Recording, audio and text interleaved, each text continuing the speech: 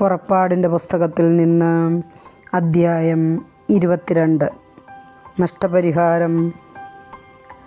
ഒരുവൻ കാളയെയോ ആടിനെയോ മോഷ്ടിച്ച് കൊല്ലുകയോ വിൽക്കുകയോ ചെയ്താൽ അവൻ ഒരു കാളയ്ക്ക് പകരം 5 കാളയെയും ഒരാടിനു പകരം 4 ആടിനെയും കൊടുക്കണം. ഭവനഭേദനത്തിനിടയിൽ പിടിക്കപ്പെടുന്ന കള്ളൻ അടിയേറ്റ് മരിച്ചാൽ അവൻ്റെ രക്തത്തിന് പ്രതികാരം ചെയ്യേണ്ടതില്ല. എന്നാൽ സൂര്യോദയത്തിന് ശേഷമാണ് ഇത് സംഭവിക്കുന്നതെങ്കിൽ അവൻ്റെ രക്തത്തിന് പ്രതികാരം ചെയ്യണം. മോഷ്ടിച്ച വസ്തു മുഴുവൻ മോഷ്ടാവ് തിരിച്ചു കൊടുക്കണം. അവൻ്റെ കൈവശം ഒന്നുമില്ലെങ്കിൽ അവനെ വിറ്റ് നഷ്ടം ഈടാക്കണം. മോഷ്ടിക്കപ്പെട്ട കാളയോ കഴുതയോ ആടോ അവൻ്റെ പക്കൽ ജീവനോടെ കാണപ്പെടുന്നെങ്കിൽ മോഷ്ടിച്ചതിൻ്റെ ഇരട്ടി അവൻ തിരികെ കൊടുക്കണം. ഒരുവൻ മറ്റൊരുവൻ്റെ വയലിലോ മുന്തിരിത്തോട്ടത്തിലോ തൻ്റെ കന്നുകാലികളെ മേയ്ക്കുകയോ അവയെ അഴിച്ചുവിട്ട് മറ്റൊരുവൻ്റെ വയലിൽ മേയാനിടയാക്കുകയോ ചെയ്താൽ അവൻ തൻ്റെ വയലിലും മുന്തിരിത്തോട്ടത്തിലും നിന്നുള്ള ഏറ്റവും നല്ല വിളവ് നഷ്ടപരിഹാരമായി കൊടുക്കണം. മുൾപ്പടർപ്പിന് തീ പടർന്നു പിടിച്ചിട്ട് കൊയ്തുകൂട്ടിയ ധാന്യമോ കൊയ്യാത്ത ധാന്യമോ വയലോ കത്തി നശിക്കാനിടയായാൽ തീ കത്തിച്ചയാൾ നഷ്ടപരിഹാരം ചെയ്യണം. അയൽക്കാരൻ സൂക്ഷിക്കാൻ ഏൽപ്പിച്ച പണമോ സാധനങ്ങളോ ഒരു വീട്ടിൽ നിന്ന് മോഷ്ടിക്കപ്പെടുകയും കള്ളനെ പിടികൂടുകയും ചെയ്താൽ മോഷ്ടിച്ചതിൻ്റെ ഇരട്ടി അവൻ തിരികെ കൊടുക്കണം.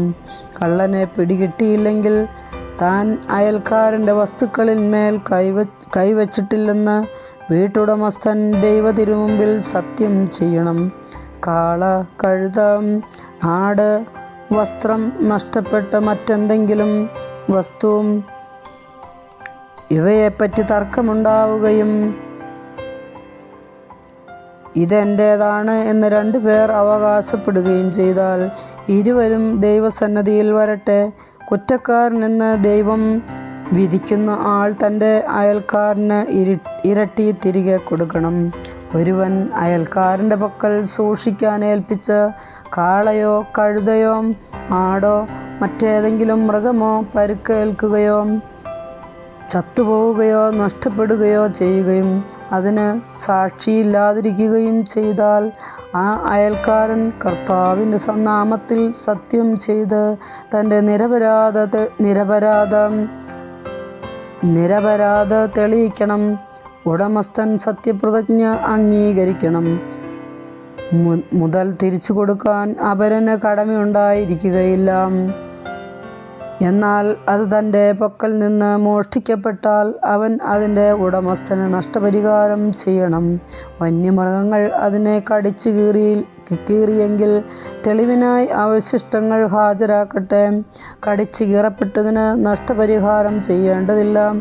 ഒരുവൻ തൻ്റെ അയൽക്കാരനിൽ നിന്ന് ഏതെങ്കിലും മൃഗത്തെ വായ്പ വാങ്ങിയിട്ട് ഉടമസ്ഥൻ്റെ അസാന്നിധ്യത്തിൽ അത് ചാകുന്നതിനോ അതിന് മുറിവേൽക്കുന്നതിനോ ഇടയായാൽ അവൻ നഷ്ടപരിഹാരം ചെയ്യണം. എന്നാൽ അത് സംഭവിക്കുന്നത് ഉടമസ്ഥൻ്റെ സാന്നിധ്യത്തിലാണെങ്കിൽ നഷ്ടപരിഹാരം ചെയ്യേണ്ട. അത് കൂലിക്കെടുത്തതാണെങ്കിൽ കൂലി കൊണ്ട് നഷ്ടം പരിഹരിക്കപ്പെടും. വിവിധ നിയമങ്ങൾ.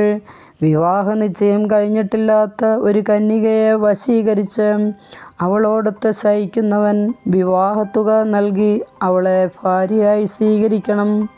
അവളെ അവന് ഭാര്യയായി കൊടുക്കാൻ അവളുടെ പിതാവ് തീർത്തും വിസമ്മതിച്ചാൽ കന്യകകൾക്കുള്ള വിവാഹത്തുക അവൻ കൊടുക്കണം.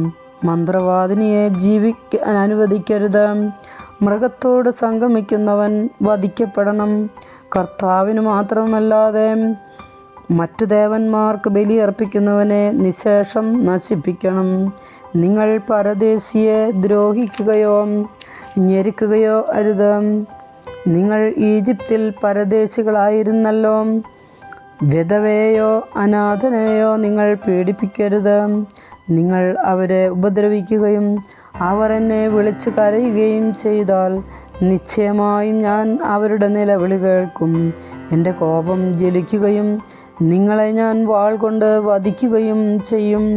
അപ്പോൾ നിങ്ങളുടെ ഭാര്യമാർ വിധവകളും നിങ്ങളുടെ മക്കൾ അനാഥരുമായി തീരും.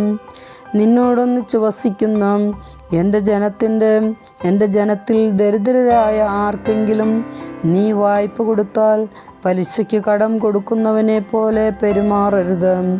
അവരിൽ നിന്ന് പലിശ ഈടാക്കുകയും അരുത്.